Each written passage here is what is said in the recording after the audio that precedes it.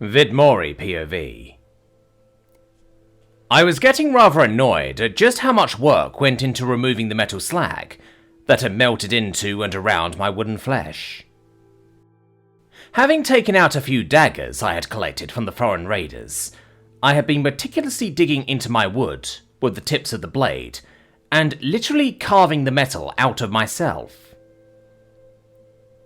The whole act of digging what amounted to shrapnel out of myself did bring some memories of close calls and bad falls to mind, and I'm not embarrassed to admit I was hesitant to actually start doing this work, or that I had initially flinched each time I stabbed into my wood for the first few minutes.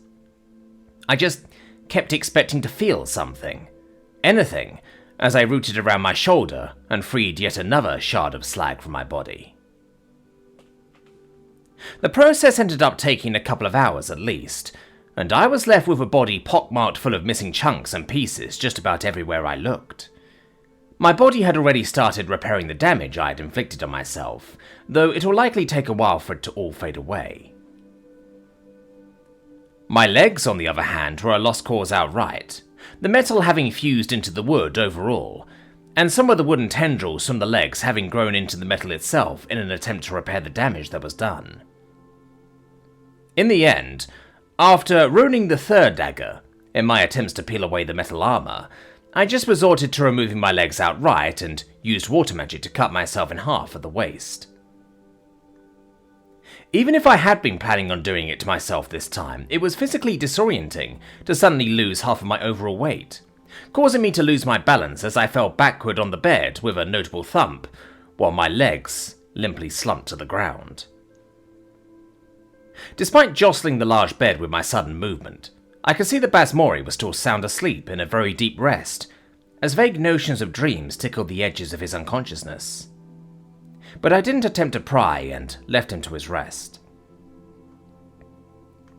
Focusing back on myself, flashes of memories run through my eyes as I recall the crawling forms of some of the zombies who had lost their legs at some point throughout their unlife, as well as the truly terrifying variants and mutants who had evolved while in that unique state. Some of my closest calls came from those bastards, as they were the few zombies who mutated into truly patient, ambush predators. Shaking off the memories of my old life, I focused on my vessel, doing my best to charge the wood of my avatar, as I slowly worked to rebuild my legs from scratch. Despite all the mana I have no doubt expended today, along with all the mana I've gained in exchange, I could tell I still had a rather considerable well to draw from, and that I likely wouldn't have to worry about running out anytime soon. As I worked on the act of rebuilding my legs, my mind couldn't help but wonder, as I considered what it would take to cause me to run out, or at least run low on mana. How hard would I need to push myself, or how big of a spell would it take for me to run through it all? But even with that in mind, I know for a fact that I'm nowhere close to being the most powerful thing around, since all I have is capacity, with nearly none of the knowledge to use it all effectively. It's like the difference between a flip phone and a smartphone. Sure, they're both able to send texts and make calls, but the smartphone can also stream movies, run an accurate GPS, and so much more. That's not even considering the elves and dwarves who have surpassed the limits of the short-lived races, or the other beings out there that surpass most mortal limits. Beings like the Fae, fiends, or even the dragons.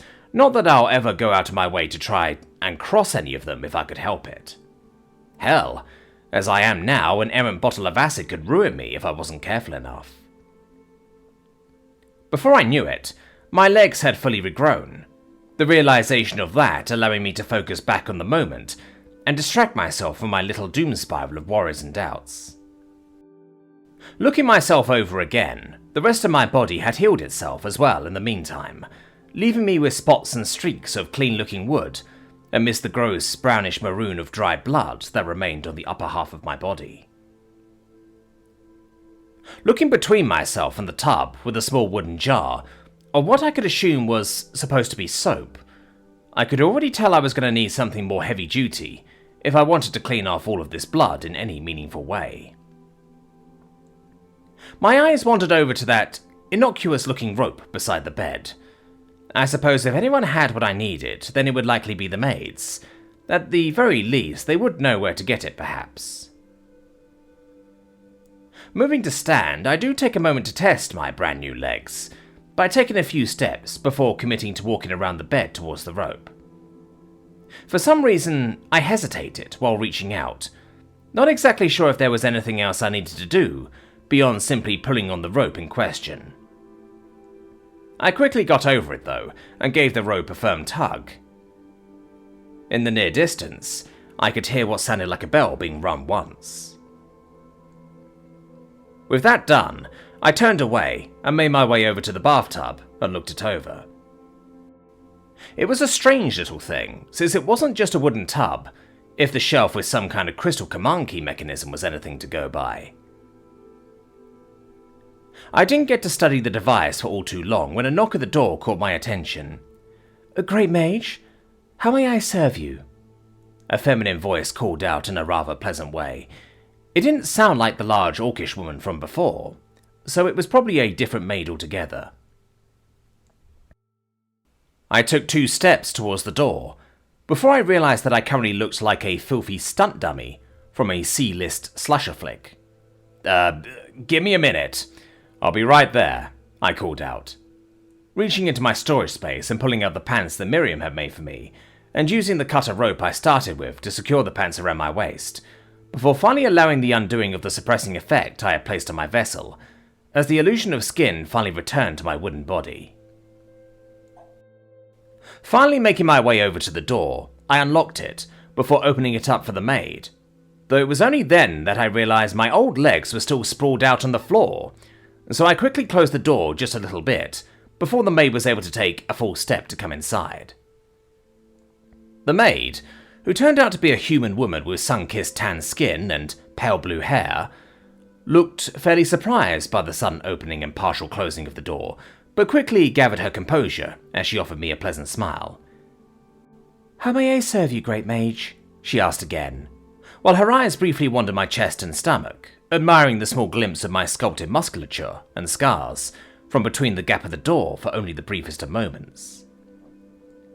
I just flashed her a small, rather sheepish smile, as I chuckled a little awkwardly. I wasn't sure why I was so embarrassed, but it was likely because the idea that I was trying to hide something as ridiculous as an extra pair of legs just seemed absurd to me, considering everything that happened today. "Hi, sorry to trouble you, but do you have something to get blood out of wood?" I asked directly enough, figuring it was best to be straightforward with her, if I wanted to get exactly what I needed. After all, with such a strong focus on might and power, not to mention just the way this world was structured, getting blood out of things was likely a common enough occurrence. The maid looked thoughtful before nodding intently, as she smiled again. "Ah, of course. You likely have a lot of blood that needs cleaning from your equipment.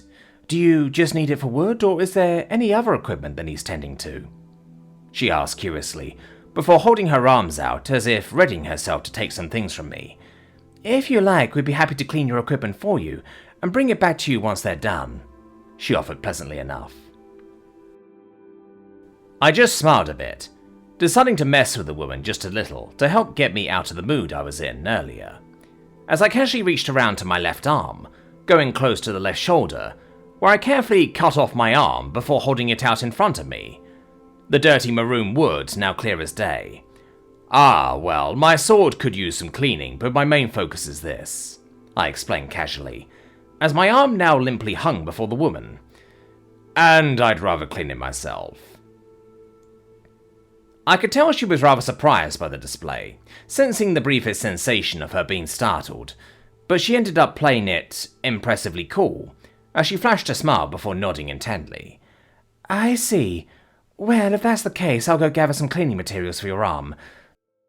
Though I still insist on letting us work on your blade. You are our honoured guest. It would be the least we could do," she explained rather dutifully, lifting her arms back up and opening her hands more pointedly. I couldn't help but chuckle a bit, and I was only just a little bit disappointed that I didn't get more of a response out of her like those kids back in the training yard at the guild. But regardless, I took a moment to reattach my arm, carefully fusing it to the stump that hung off my shoulder. After that, I pulled my blade from my storage space and held it out to the maid, placing it in her hands with the unsharpened side facing down.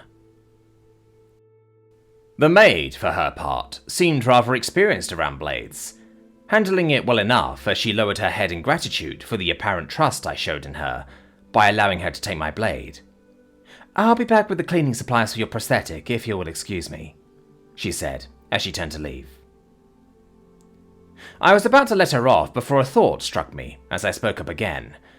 "Actually, if you could give me double whatever you were planning on preparing for me, I've also got a leg that needs cleaning too," I mentioned, as I lightly tapped my left calf against the doorframe. At that, the maid did look properly surprised as she considered the revelation that I supposedly cleared out around 100 soldiers, while having 2 plain-looking prosthetic limbs. Though she quickly collected herself again and nodded once more. "Yes, Great Mage, I'll keep that in mind," she offered cheerfully enough, before finally making her way off. Now locking the door once more, I quickly made my way back to my ruined legs, and just stashed them away to get them out of sight. With that taken care of, I brought myself to look over the tub once more, studying the mechanism some more and reading the command crystal, as well as some simple-looking dials. From what I could gather, this was here to heat the water. There was a faintly glowing crystal already slotted beside the command key, which likely served as the battery to keep the device running once it was activated. Now this is what I'm talking about. A heated bath is truly a modern luxury that even I haven't had the privilege of enjoying in the last couple of decades of my old life, without a lot of effort for what only ended up to be a mostly lukewarm bath. It's only a shame I likely still wouldn't be able to properly enjoy it beyond just feeling the water be hot. For now, I just go about filling the tub with water, holding my hand out as I focus on conjuring the fresh water, as I get a feeling for just how much mana around 200 gallons of water would need. By the time I finished and worked out how to actually turn on the water heater, another knock at the door alerted me that the maid was back with the cleaning supplies in hand. Making my way to the door with more composure than before, I opened it all the way this time and flashed a smile. The maid managed to return my smile quickly enough, though her eyes briefly wandered my body again now that I wasn't hiding behind the door this time. She then held up a wooden jar with a twist-off cap and a brush with rather coarse-looking bristles. "Here you go, Great Mage," she stated simply, as she passed off the items to me, letting me take a moment to look things over before continuing. "For the best results, scrub the paste into the wood thoroughly and let it sit for at least 20 minutes. Afterwards, you're going to want to soak it in hot water for half an hour before scrubbing the paste off and rinsing the prosthetic again," she explained dutifully, when she offered another smile. "Are you certain you don't want any assistance? I'd be happy to help someone as powerful as you relax and unwind," she offered, and I could tell she wanted to do more than just help me relax. A younger me might have been excited by the proposition, but as I am now, I just couldn't help but offer a polite smile as I started to slowly close the door on her. "No, thank you. I'd rather just have my privacy," I explained simply before piping up again. "In the meantime, I'm looking forward to seeing how well you tend to my blade." Even after I shut and locked the door, I got the lingering impression that she was hoping to tend to my other blade, for whatever reason, as she stood outside radiating disappointment for a few moments, until she finally turned to leave. What a strange country, I couldn't help but say to the open air, while walking over to the tub and setting the cleaning supplies down. I know might, money and merit are the most important qualities around here, but is that really enough for random women to make such advances on complete strangers? I mean, I'm aware of the notion that harems are commonplace on the continent in general, even among the nobility in Ferodius' empire who take on multiple wives. Maybe I'm just stuck in the sensibilities of my old world, but one woman is more than enough for a man like me. Now finally left to my own devices again with nobody to interrupt me, I suppressed the illusion of my skin and began scrubbing down. There wasn't much to it, and I did my best to zone out for the next 20 minutes, after scrubbing down the upper half of my body with the surprisingly gritty paste. When it finally came time to soak in the tub, the water was already emitting a steady but light steam from the surface, showing that it was as hot as it could safely get. Carefully stepping in and sitting in the tub, I quickly came to realize that I was rather buoyant, so I ended up needing to stretch out, placing my hands and feet along the walls of the tub before outright submerging myself. It was an odd sensation. I ended up instinctively trying to hold my breath before eventually realizing I didn't need to do that at all. I just laid there under the water while staring up at the surface. Gradually, the water got cloudier and cloudier as the minutes ticked by, and the paste dispersed into the water around me. My thoughts wandered more as I was forced to just lay there and wait, without being able to do much at all. Eventually, I decided to at least try and practice some magic while under the water, and went about attempting to conjure a flame, just to see if I could do it while under the water.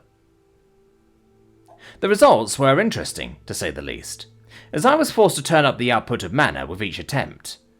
However, by the end of it, I managed to conjure a small ball of fire, and maintained it with only mana as its fuel source.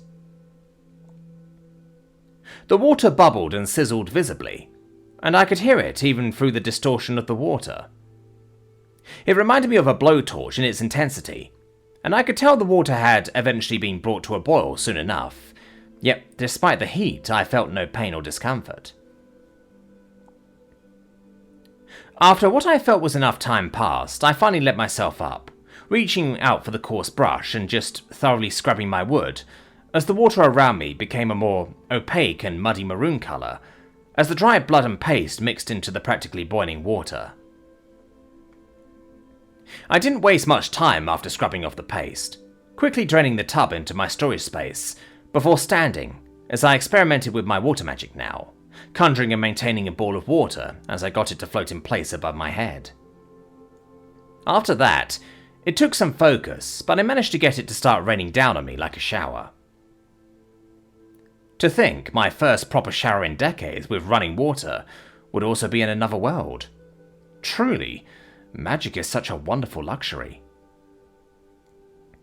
By the time I was all finished, the colour of my upper body was finally close to that of my lower body, and it looked like I was as clean as I was going to get at this point. Using some water magic once more, I poured the excess water from my body and stashed it away with what remained in the tub, after turning off the water heating mechanism. It was only as I pulled on my pants again, using my proper belt with the loop for my sword, that I suddenly became aware of a set of eyes focused on me. It was Basori, of course, and he seemed to be curious about something. "Good morning, sleepyhead. Did you rest well?" I asked as cheerfully as I could, while still fastening my belt before finally looking over at him. Only, what I saw was a brown-skinned beastkin boy who had mostly human features with pitch-black hair and rounded feline ears. Under his long and scraggly-looking hair, which almost covered his eyes, was a piercing green gaze ripe full of curiosity and wonder as he looked around the room. Behind him was a long feline tail that curled in the sheets behind him. At some point he had pulled on my poncho, clutching it close to him as he watched me. Basori didn't verbally respond to me, but his thoughts radiated with curiosity, as he wasn't sure what to make of our surroundings. He then began checking himself out, looking over his hands and flexing them, while wondering where his claws were. But as he continued to think about his claws, shadows in the shape of clawed gauntlets manifested around his arms, as he delightedly concluded that he had found his claws again. Slowly, I made my way over to him, watching him just sitting on the bed. I couldn't help but smile as I watched him flex his shadowy claws.